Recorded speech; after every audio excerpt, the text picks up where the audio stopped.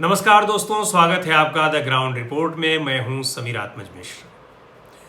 किसान कानून तो वापस हो गए।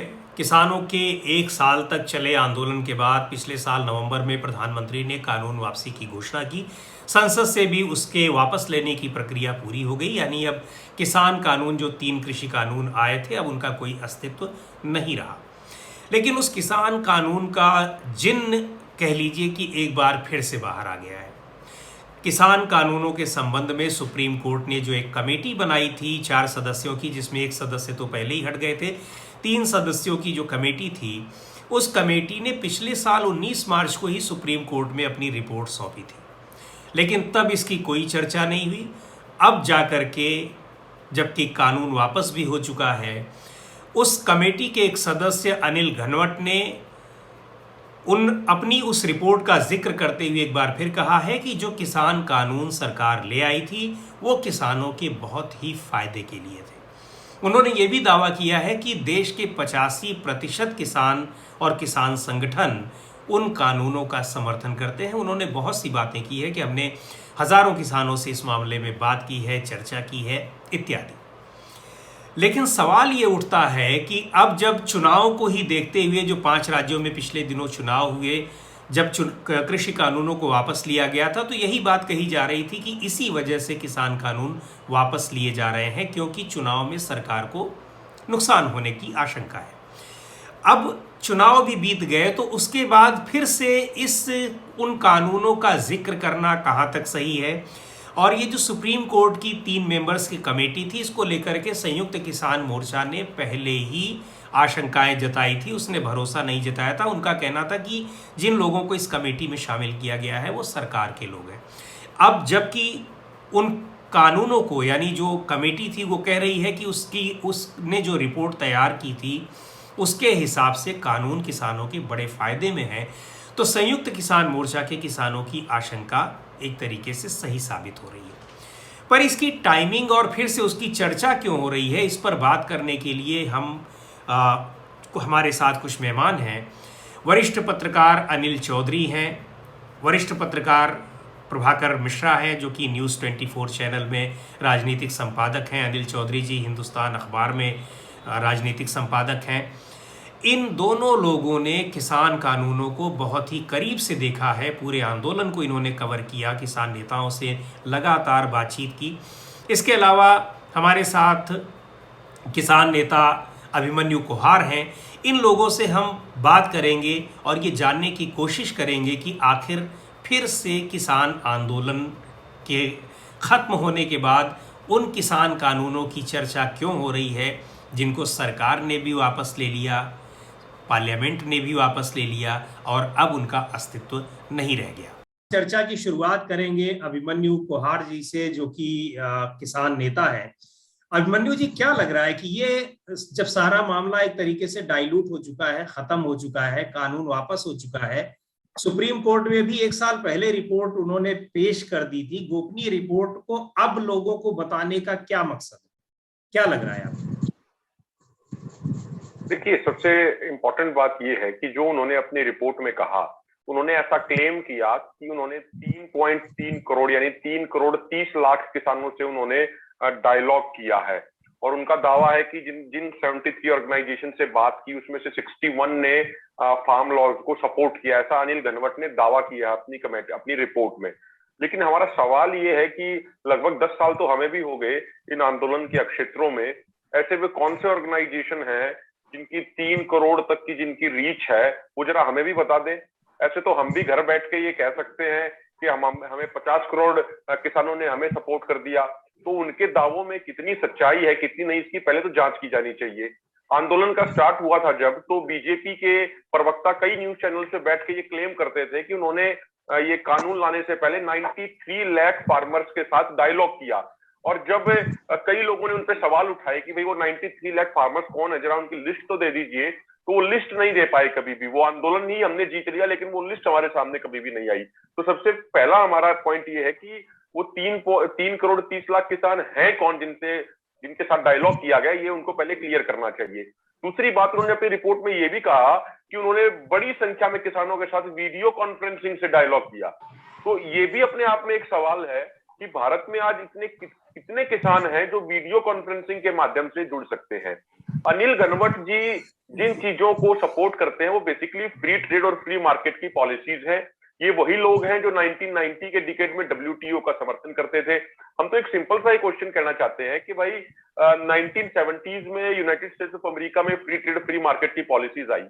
ये पॉलिसीज आने से पहले जो एक पर्टिकुलर किसी भी फार्म प्रोड्यूस का रिटेल प्राइस होता था उसका 40% एक किसान की पॉकेट में जाता था, लेकिन जब से ये पॉलिसीज वहां लागू हुई उसकी पॉकेट में से 15% जाने लगा।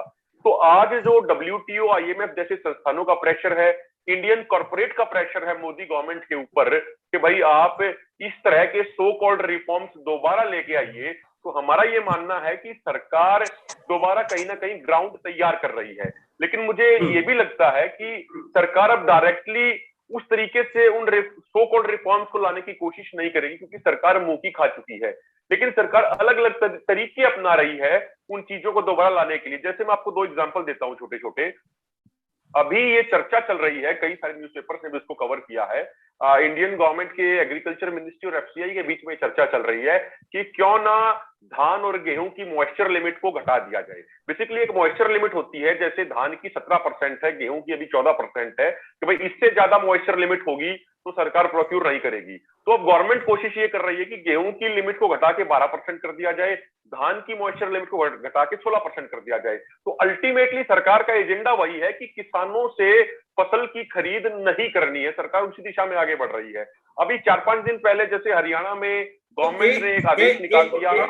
अभिमन्यु जी 1 मिनट, इस पर आते हैं। अभी जो बेसिकली मैं ये जानना चाह रहा हूं और जिसकी वजह से हमने इस परिचर्चा को आयोजित किया है, अनिल चौधरी जी आपने भी लंबे समय तक पूरा किसान आंदोलन आपने, प्रभाकर जी ने कवर किया है, बहुत सारी चीजें अंदर की भी बाहर की भी, किसान मोर्चे के बाहर और अंदर सारे चीजों के आप लोग गवाह रहे हैं, सारी परिस्थितियों के गवाह रहे हैं। क्या ये वास्तव में सरकार को ये लगता है क्या कि धीरे धीरे इस मुद्दे को फिर से बढ़ाया जाए? और चूंकि जब ये आंदोलन वापसी की घोषणा प्रधानमंत्री ने की थी, ये आशंकाएं किसानों को भी, किसान नेताओं को भी और बहुत से लोगों को थी कि अभी चुनाव को देखते हुए इसको वापस लिया जा रहा है, लेकिन शायद ये इसी रूप में या कुछ बदल करके, कुछ रिफॉर्म करके इसको फिर से लाया जाए। और कुछ मंत्रियों के भी ऐसे बयान इनडायरेक्टली आए थे जिससे ये आशंकाएं और बढ़ी थी। क्या लग रहा है कि वास्तव में सरकार उसी तरफ जा रही है क्या, कि धीरे धीरे इसको शिगुफे को छोड़े और फिर से एक आंदोलन खड़ा करे और फिर से उस कानून को लाया जाए?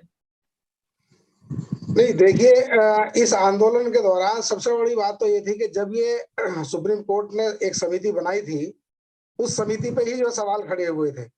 उस समिति में 4 लोग थे और 4 में से जो है एक मान साहब जो है, जो पंजाब से थे, उन्होंने उनके ऊपर दबाव इतना किसानों का बना कि उन्होंने अपना नाम विड्रॉ कर लिया। और हम ये देखते हैं कि उसके, मैं समझता हूँ 3 या 4 दिन के बाद ही धनवट जी का एक आर्टिकल छपा था राष्ट्रीय सहारा में, और उसको लेकर जो है काफी चर्चा एसकेएम में भी हुई और निश्चित तौर पर जो मीडिया में भी हुई थी कि ऐसे लोगों को जो है समिति में रखा गया है, ये आरोप लगाया गया था एसकेएम ने। और वो आरोप की पुष्टि जो इन बातों से हुई कि जब उनका लेख आया, और वो लेख जो है पूरे का पूरा जो है धनवट जी का इसके फेवर में था कि नहीं, ये कृषि कानून जो है लाए गए हैं वो देश के लिए बहुत ही अच्छे हैं और ये किसान जो है अनावश्यक रूप से जो है धरना प्रदर्शन कर रहे हैं। इसी मंशा को लेकर जो किसानों ने जो है ना सुप्रीम कोर्ट में गए, ना कोई पैरवी करी और उस समिति को ही एक सिरे से खारिज कर दिया। और जब ये मुझे लगता है कि जब सुप्रीम बॉडी को भी ये लगा होगा कि नहीं, कहीं ना कहीं कुछ गड़बड़ है, तो वो मामला ठंडे बस्ते के हवाले कर दिया। अब जबकि जो है ये कानून वापस हो चुके हैं, संसद में जो है वापस लिए गए हैं, और ये एक कॉन्फिडेंशियल रिपोर्ट थी। इस कॉन्फिडेंशियल रिपोर्ट को जो है इतने दिनों के बाद लाने का मकसद क्या है, और वो भी बाकायदा प्रेस कॉन्फ्रेंस करके। अगर कहीं एक रिपोर्ट लीक होती तो बात अलग थी, लेकिन जो है ये रिपोर्ट जो बाकायदा प्रेस कॉन्फ्रेंस करके कही जा रही है, इसका मतलब कहीं ना कहीं जो किसानों के आरोप थे कि ये सरकार के एजेंट के रूप में जो है ये काम कर रहे थे, जो सदस्य थे, एक सदस्य था जो विड्रॉ कर गया और बाकी तीनों के तीनों की राय एक जैसी थी, नंबर 1।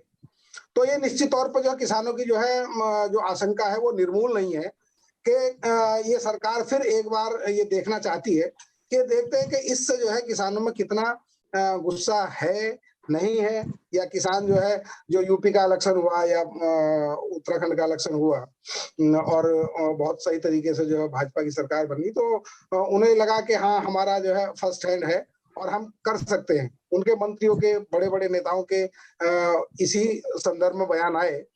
तो मेरा ये मानना है कि मुझे भी कहीं ना कहीं ये लग रहा है कि सरकार एक किसानों के बीच में एक पैरामीटर तय करना चाहती है। वो देखना चाहती है कि किसान वास्तव में जो है इन चीजों को लेके अभी भी वो नाराज हैं या नहीं है, या नहीं है, या या फिर वो एक तरीके से दो पार्ट में किसानों का, भाई अगर ये स्थिति है तो इसका मतलब वो जो धनवट साहब कह रहे हैं कि बहुत अच्छी चीजें हैं, तो निश्चित तौर पर उनके समर्थन में भी बहुत सारे किसान होंगे, और इधर विरोध वाले टिकैत का, राकेश टिकैत का बयान आ गया कि अगर इस तरह की कोई कोशिश होगी तो उससे भी बड़ा आंदोलन खड़ा किया जाएगा। तो ये दोनों तरफ एक आंदोलन शुरू करके, या इस तरीके से इससे सरकार को क्या मिलेगा? कुछ न कुछ तो इसके पीछे, अगर ये अचानक से धनवट ने प्रेस कॉन्फ्रेंस की है, बताया है कि बड़े फायदे वाले कानून थे, तो निश्चित तौर पर कुछ न कुछ उनको कहीं से इंडिकेशन तो मिला होगा। अचानक से इस तरह से करने की मुझे कोई उसका औचित्य समझ में नहीं आ रहा है। प्रभाकर जी, आप बताएं। हम तो ये कहेंगे कि यूं ही कोई बेवफा नहीं होता। समीर जी, जब कृषि कानूनों को वापस लेने का ऐलान किया था प्रधानमंत्री ने, तो प्रधानमंत्री ने एक बात कही थी, उसे याद कीजिए, जब उन्होंने कहा था कि हम भारी मन से कुछ किसानों को, कुछ लोगों को समझा नहीं पाए थे। कानून किसानों के हक में थे, लेकिन हम कानूनों की अच्छाई किसानों तक नहीं पहुंचा पाए थे, और इसलिए हम कानून वापस ले रहे हैं। और उन किसानों से, उन लोगों से माफी मांगी थी जिनको लगता था कि उन्हें वो समझा पाए हैं। तो उसकी पृष्ठभूमि को वैसे ही समझने की जरूरत है कि सरकार ने कानून वापस लिया था। जिन परिस्थितियों में वो परिस्थितियां जैसे बदलेंगी, कानून वापस लाने की प्रक्रिया शुरू होगी। मैं इसको अनिल घनवट के इस प्रेस कॉन्फ्रेंस को मैं उसी तरफ से देख रहा हूं कि अनिल घनवट ने जो बात कही है वो कोई नई बात और चौंकाने वाली बात नहीं कही है। अब इसको थोड़ा सा बैकग्राउंड में अगर आप जाएंगे तो सुप्रीम कोर्ट ने जब कमेटी का गठन किया था, तो सुप्रीम कोर्ट ने एक बात कही थी कि कोर्ट ये जानना चाहता है कि आखिर जिस कानून को लेकर इतना विवाद हो रहा है उस कानून में है क्या। कोर्ट उसके बारे में समझना चाहता है, और कोर्ट ने जो कमेटी बनाई, जाहिर सी बात है कि देश के मुख्य न्यायाधीश को नहीं पता कि देश में कौन कौन कृषि एक्सपर्ट हैं जिन्हें हम बुला सके। तो जाहिर सी बात है कि सरकार की तरफ से पूछा गया होगा संबंधित लोगों से कि आप सजेस्ट करें कि किसको इसमें शामिल किया जा सकता है। और ये महज संयोग नहीं हो सकता कि जितने सदस्यों को लाया गया वो सदस्य सब कभी न कभी इन कृषि कानूनों के पक्ष में लिख चुके थे, बोल चुके थे और उसकी कर चुके थे। और मुझे याद है कि कल इसीलिए जब अनिल घनवट प्रेस कॉन्फ्रेंस कर रहे थे तो मैंने कहा कि उसमें उन्होंने कोई नई बात नहीं कही थी, क्योंकि जब कृषि कानूनों को वापस लेने का ऐलान कर दिया गया था उसी समय अनिल घनवट ने जाकर के दिल्ली के प्रेस क्लब में एक प्रेस कॉन्फ्रेंस किया था, और उस समय उन्होंने ये कहा था कि हमने सुप्रीम कोर्ट के मुख्य न्यायाधीश को चिट्ठी लिखी है कि हमारी जो कमेटी की रिपोर्ट है उसे सार्वजनिक कर दिया जाए। और उस समय रिपोर्ट की बातों को सार्वजनिक किया था। उसमें उन्होंने कहा था कि वो एमएसपी के पक्ष में नहीं है, एमएसपी की मांग गैर वाजिब है और ये फिजिबल नहीं है, इसे लागू नहीं किया जा सकता है। तो वो उसी समय लगातार कहते रहे हैं जो उन्होंने कल बात कही है। अब बात ये उठता है कि इस समय क्यों, तो एक समय जब प्रधानमंत्री सरकार की तरफ से ये कहा जा चुका है कि एमएसपी कानून पर सकारात्मक ढंग से बातचीत होगी, बातचीत हो नहीं रही, लेकिन बातचीत जब प्रधानमंत्री ने कहा है तो करनी पड़ेगी। और ठीक उसी बीच कमेटी की रिपोर्ट सार्वजनिक की जाती है। और एक महत्वपूर्ण बात इसमें यह भी है कि कमेटी को जब यह काम दिया गया था कृषि कानूनों पर विचार करने के लिए, उन तीनों कानूनों में एमएसपी का कहीं जिक्र नहीं था। तो मतलब ये कि कमेटी को इस पर चर्चा करनी थी कि वो तीनों कानून में क्या अच्छा है, क्या बुरा है, कानून किसानों के हक में है या किसानों के खिलाफ में है। अनिल घनवट की रिपोर्ट में, प्रेस रिलीज में साफ तौर पर अनिल घनवट की रिपोर्ट में लिखा गया है कि हालांकि सुप्रीम कोर्ट ने हमें यह नहीं कहा था कि एमएसपी पर विचार करने के लिए, लेकिन फिर भी हमने एमएसपी पर अपनी सिफारिश की है। और उसमें साफ तौर पर दो बातें जो महत्वपूर्ण कही हैं वो ये कि एक तो ये गैर जरूरी मांग है, और दूसरी बात ये कि इसे पूरा नहीं किया जा सकता। और उसमें उन्होंने उदाहरण दिया है कि उससे किस तरह से किसानों को नुकसान हो सकता है। इसमें एक बात मैं और जोड़ूंगा, जैसा आपने ही कहा था कि क्या किसानों को आमने सामने खड़ा किया जाएगा क्या? मुझे याद है कृषि कानून जब वापस लिया गया था, उसी प्रेस क्लब ऑफ इंडिया में जो अनिल घनवट ने प्रेस कॉन्फ्रेंस किया था, उस समय उन्होंने किया था कि ये कृषि कानून सरकार कुछ किसानों के दबाव में वापस ले आ रही है। अगर दबाव की भाषा सरकार समझती है तो हम लाखों किसानों को लेकर आएंगे, बनाएंगे। एक आंदोलन। इन तीनों चीजों को समझने की जरूरत है कि एक तरफ कृषि कानून कमेटी की रिपोर्ट का सार्वजनिक करना, कुछ दिन पहले उनका ये कहना कि हम किसानों को दिल्ली बुलाएंगे, लाखों किसानों को दिल्ली बुलाएंगे, और तीसरी ये बात कहना कि एमएसपी की मांग गैर जरूरी है। ये यूं ही नहीं है, माहौल बन रहा है। और एक बात और कि जब सरकार बार बार कहा जा रहा है कि किसानों को यूं ही नहीं छोड़ा जा सकता, तो मतलब ये कि कानून आया तो वापस चला गया, तो कुछ तो करना। तो ये बताने के लिए, समझाने के लिए कि हम किसानों को छोड़ेंगे नहीं, उनके लिए हम कुछ लेकर आएंगे जरूर। हाँ, मतलब कि उनको हम कुछ देना चाहते हैं तो हम दे करके रहेंगे, उनका फायदा हम करके रहेंगे, भले ही एक बार हम असफल हो चुके हैं। अभिमन्यु जी, ये बताइए कि अगर इस तरीके से फिर से कवायद होती है, फिर से कोई ड्राफ्ट बनता है, किसी दूसरे तरीके से लाया जाता है, तो जो किसान दिल्ली की सीमाओं पर बैठे थे तो वो क्या फिर से एक्टिव होंगे, फिर से वो इस तरह के आंदोलन की शुरुआत करेंगे? और एक चीज और, अभी हम लोग चर्चा कर रहे थे जब, तो एमएसपी को लेकर के भी कोई बैठक किसानों की हुई है, इसके बारे में थोड़ा सा बताएं हमें। देखिए, सबसे पहली बात ये है कि जो सत्ता में होते हैं, जो प्रधानमंत्री जैसे जिम्मेदार पद पे होते हैं, उनको कोई हठ धर्मिता नहीं करनी चाहिए, किसी तरह का जनता के साथ जिद नहीं करनी चाहिए। अगर वो ऐसा प्रयास करते हैं कि इनको दोबारा लाने का कोई प्रयास करते हैं, तो सीधा सीधा उसका एक संकेत जाएगा कि प्रधानमंत्री जी और प्रेजेंट गवर्नमेंट कहीं ना कहीं एक बार दोबारा से किसानों को अपमानित करने का प्रयास कर रही है। वो शायद ये भूल जाएंगे। अगर वो ऐसा करेंगे, मुझे लगता नहीं कि वो डायरेक्ट तौर पे ऐसा कर पाएंगे, क्योंकि उन्होंने किसानों के स्ट्रगल को देखा, किसानों के धैर्य को देखा, किसानों ने किस तरीके से बहादुरी से आंदोलन लड़ा, तो उन्होंने सारी चीजें देखी है सरकार ने नजदीकी से। तो इसलिए मुझे नहीं लगता कि वो डायरेक्टली ऐसे कानूनों को लाने की गलती दोबारा करेंगे। यदि वो करते हैं तो उनको फिर बहुत महंगा पड़ेगा, और ये मैं आपको बिल्कुल दावे के साथ कह सकता हूं कि इससे भी 100 गुना ज्यादा बड़ा आंदोलन खड़ा होगा। लेकिन ये कोई दो राय नहीं है। ये आप कह रहे हैं कि महंगा पड़ेगा, जैसा अभी अनिल जी कह रहे थे कि जब चुनाव में उन्होंने देख लिया कि किसान आंदोलन का कोई बहुत असर दिखाई नहीं पड़ा जिस तरह के असर की उम्मीद की जा रही थी, तो एक तरीके से और चूंकि वापस जब लिए थे कानून, तो ये कहा गया, और जाहिर सी बात है कि इसीलिए लिए गए थे कि 5 राज्यों में चुनाव थे जहां किसान आंदोलन का असर हो सकता था। उत्तराखंड भी है, उत्तर प्रदेश भी है, पंजाब भी है। तो एक लिटमस टेस्ट तो पास कर लिया बीजेपी सरकार ने। उनको ये लग गया कि किसान आंदोलन का चुनाव पे कम से कम कोई बहुत बड़ा असर नहीं हुआ। तो अनिल जी, क्या लगता है कि अब फिर से उस कानून को उसी रूप में लाएगी सरकार, और किसानों की नाराजगी की उसको बहुत परवाह नहीं रह जाएगी, क्योंकि चुनाव पे बहुत ज्यादा उसका असर देखा नहीं गया है? नहीं, ये कहना जो है बहुत ही जल्दबाजी होगी, और इसके अभी तमाम सारे जो है समीक्षा भी हो रही है। और आप भी, चूंकि आप तो पूरे चुनाव में रहे हैं, तो निश्चित तौर पर जो है किसान आंदोलन का जो है, चाहे वो हरियाणा हो, चाहे वो उत्तराखंड हो या यूपी हो, उसमें बहुत जबरदस्त असर दिखाई दिया है। और इस किसान आंदोलन का असर का ही जो है परिणाम है कि जो आज आप ये देखिएगा कि एमपी की सीट जो है छोड़ी है अखिलेश ने, और वो जो है विपक्ष की भूमिका जो है निभाने के लिए जो है तैयार है, और वो ये जूझने के लिए तैयार है। तो ये जो खेत तैयार किया था, ये किसान आंदोलन ने खेत तैयार किया था विपक्षियों के लिए। और बार बार कहा जा रहा था कि अगर देश में विपक्ष मजबूत होता तो ये नौबत ही ना आती। नंबर 1। नंबर 2, ये बात हकीकत है कि जिस तरीके से जो है कॉरपोरेट लावी एग्रीकल्चर को एडॉप्ट करने के लिए उतावली है, और सरकार जो है उनके लिए पूरा एकदम रेड कारपेट बिछाने के लिए तैयार है, ये किसी से छिपा हुआ नहीं है। और ये ऐसा नहीं है कि केवल भाजपा सरकार कर रही है, ये उसी तरह तब से शुरू हो गया था 1991। जी, आपका माइक म्यूट हो गया। पॉलिसी उनका ही असर था कि अब इन्होंने जो उसको तेज किया, किसानों का आक्रोश हुआ। तो एमएसपी मुद्दा इसमें जो है इसीलिए जो है अलग से शामिल किया गया था किसानों ने, कि अगर एमएसपी मुद्दा रहेगा तो बाकी सारी चीजें जो है अमेंडमेंट भी हो सकते हैं। हालांकि सबसे बड़ा था रिपील करने का, और रिपील भी हुआ।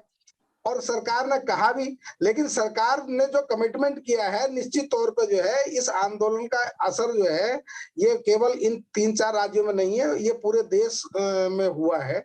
और लगातार जो है किसान आंदोलन शुरू हुए हैं इस देश भर में, जो है जागरूकता आई है। तो ये तो कहना बहुत जल्दबाजी होगी कि सरकार इनको जो लेकर आएगी। हाँ, इसमें कुछ संशोधन के साथ जो है वो चाहेगी जरूर कि उन कॉर्पोरेट लॉबी को जो है फायदा पहुंचाने के लिए कहीं ना कहीं बैकडोर से कुछ ना कुछ जो है अमेंडमेंट किए जाए या कुछ और दूसरे जो कोई है दूसरा विधेयक लाए, तो कोई दूसरा कानून बनाए। प्रभाकर जी, मैं आपसे थोड़ा सा इससे हट करके सवाल पूछूंगा, क्योंकि ये गोपनीय रिपोर्ट होती है जो सुप्रीम कोर्ट में सौंपी जानी थी और वो सौंपी जा चुकी है 1 साल बाद। उसको अब अगर ले आते हैं और उसको सार्वजनिक रूप से कोई उसका एक मेंबर या सारे मेंबर जो उस कमेटी में थे अगर उसको पेश करते हैं, तो ये किसी तरीके से ये कानूनी उल्लंघन की श्रेणी में आता है या फिर नहीं आता है, या फिर आज अब चूंकि मामला डाइल्यूट हो गया है तो उसका कोई ये बहुत मतलब नहीं है? देखिए, अनिल घनवट से ये जब सवाल हुआ तो अनिल घनवट ने कहा कि सुप्रीम कोर्ट ने जो आदेश दिया था उसमें कहीं ये नहीं कहा था कि आप इस रिपोर्ट को सील कवर में देंगे। हमने अपने तरह से दिया था, क्योंकि ये हम नहीं चाहते थे कि इस ओपन रिपोर्ट दें और उस पर अलग अलग तरह से लोग उस पर चर्चा करें। तो अगर ये बात सही है तो फिर कोई असर नहीं पड़ता है। वो रिपोर्ट इनकी रिपोर्ट थी, इन्होंने अपने तरफ से, अगर आदेश में सील कवर रिपोर्ट जमा करने के लिए सुप्रीम कोर्ट ने नहीं कहा था तो अब उसका कोई मतलब नहीं रह जाता है। खैर, अब ये देखने वाली बात है कि अब उसकी बातचीत की शुरुआत हुई है, तो ये बातचीत कहाँ तक जाती है, बात निकली है तो कितनी दूर तक जाएगी, ये देखने वाली बात होगी। फिलहाल आप सभी लोग हमारे साथ जुड़े, आप सारे लोगों का बहुत बहुत धन्यवाद। अभिमन्यु कोहार जी, प्रभाकर मिश्रा जी और अनिल चौधरी जी। अगले वीडियो में अगली किसी मुद्दे पर हम फिर आपसे मिलेंगे। हमारे वीडियोस आपको कैसे लगते हैं, हमारी परिचर्चाएं आपको कैसी लगती हैं, इसको आप ज़रूर हमें बताएं। और आपसे हम एक बार फिर आग्रह करेंगे कि अगर आपको हमारे वीडियोस, चर्चाएं अच्छी लगती हैं तो आप इसको अपने दोस्तों में भी शेयर करिए। हमारा फेसबुक पेज है, उसको भी लाइक कीजिए, सब्सक्राइब कीजिए, यूट्यूब चैनल को सब्सक्राइब कीजिए और इंस्टाग्राम और ट्विटर पर भी हमको फॉलो कर सकते हैं।